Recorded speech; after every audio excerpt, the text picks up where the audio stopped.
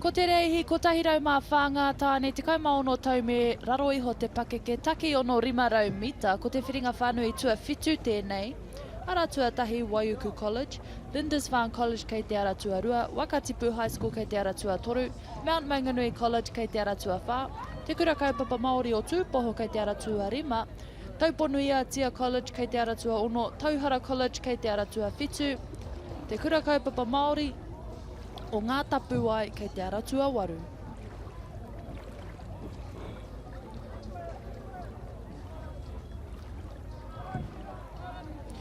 Kua rewa te haki whiro, whakatata ana ngā tīma ki te taua rārangi timatanga. In lane 2 and lane 1, they have crossed the start line. Pick it up at the whānau! Kua rewa te haki kākāriki. Kere ana i te reina Aratua tahi Waiuku College. Me te whrehe o ngā mōhiti.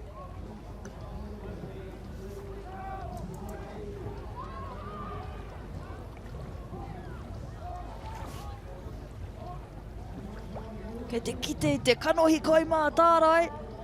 Using that whole tinana e te whānau. Aratua rua hoki. Lindisfarne College.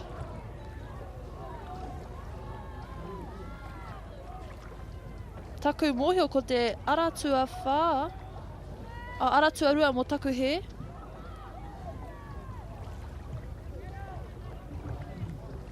Ko Lindisfarne, Bobby, Brody, Davey, Julius, kia tō me mānahi koutou a kapa. Ka nui te mihi kia koutou, i a rātou ka haere ki te hurihanga. We have lane 2 angling in.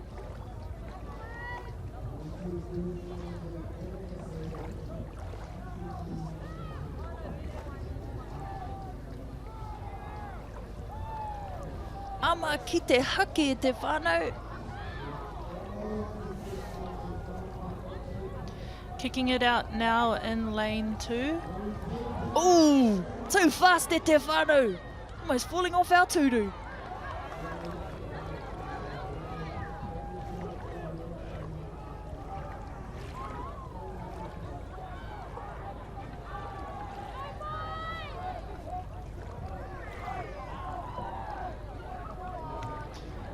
Ki te Aratua rua,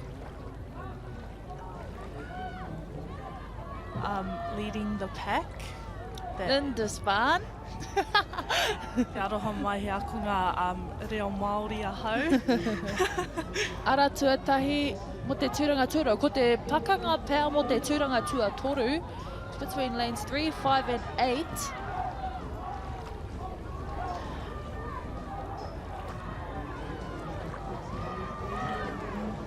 Beautiful tamama. Mātangi rua ana te hoe.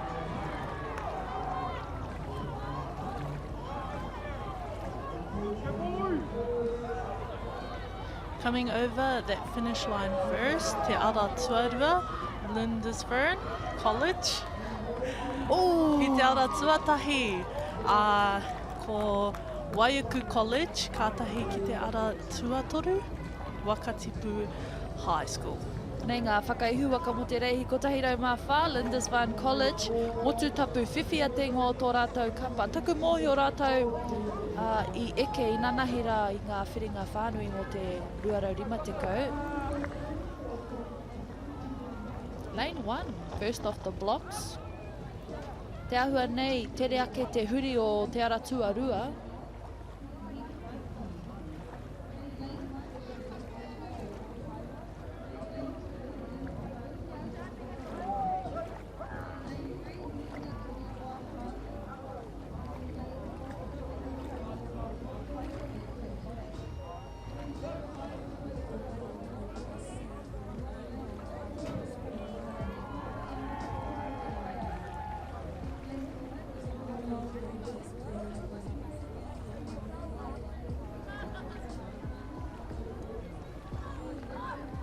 Puku mai I kua hinga I te ngenge I nai nei te whānau. Ngau wana ngā pū kahu kahu.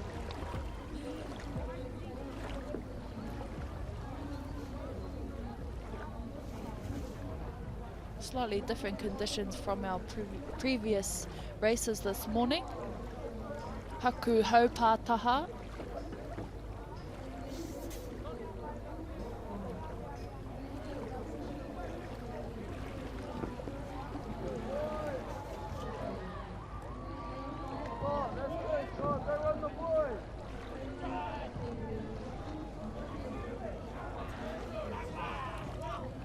Anei ngā whakawhutanga o te reihe kotahirau mā whā, Lindisfarne College, tuatahi 2 minutes 37, Waiuku coming second with 2 minutes 45, and Wakatipu High School coming third with 2 minutes and 46 seconds.